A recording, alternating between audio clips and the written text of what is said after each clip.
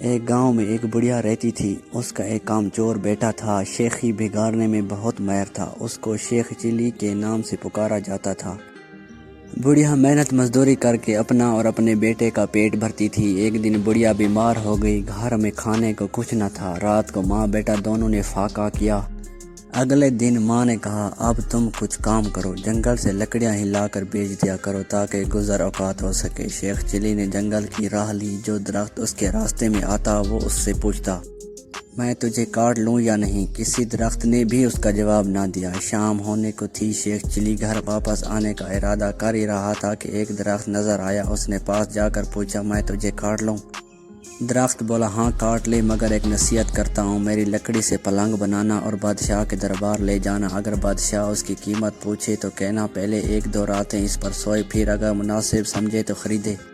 شیخ چلی نے درخت کی ہدایت کے مطابق اس سے لکڑیاں کاٹ کر پلنگ تیار کیا اور بادشاہ کے دربار میں پہنچا۔ بادشاہ نے قیمت پوچھی تو شیخ چلی نے کہا، پہلے آپ اس پر 1-2 رات آرام فرمائیں، اگر اس میں کوئی خوبی پائیں تو انعام کے طور پر جو دل چاہے دے دیں۔ بادشاہ حیران ہوا اور شیخ چلی کے کہنے پر نوکروں کو حکم دیا کہ آج یہی پلنگ میرے کمرے میں بچھایا جائے۔ رات ہوئی تو بادشاہ اسی پلنگ پر سویا تو آدھی رات کو پلنگ کا ایک پایا بولا، آج بادشاہ کی جان خطرے میں ہے۔ دوسرے نے کہا، وہ کیسے؟ تیسرا بولا، بادشاہ کے جوتے میں کالا سانپ تھا۔ چوتھے نے کہا، بادشاہ کو چاہیے کہ صبح جوتے کو اچھی طرح جھاڑ کر پہنے۔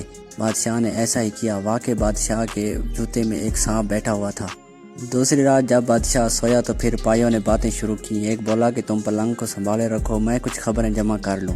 تینوں پائیوں نے پلنگ کو تھامے رکھا۔ جب چوتھا واپس آیا تو اس نے خبر سنائی کہ بادشاہ کا وزیر سازش کر کے بادشاہ کو ختم کرنے کے بارے میں سوچ رہا ہے۔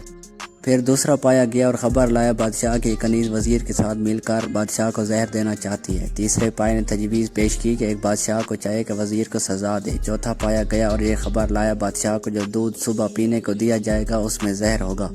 بادشاہ یہ سب کچھ سن رہا تھا۔ صبح اٹھ کر جب دودھ اسے دیا گیا تو اس نے نہ پیا بلکہ ایک بلی کو پلا دیا۔ بلی اسے پیتے ہی مر گئی۔ کنیز سے بادشاہ نے تحقیقات کی تو معلوم ہوا زہر اس کے وزیر نے ایک کنیز کے ذریعے دودھ میں ملوایا تھا۔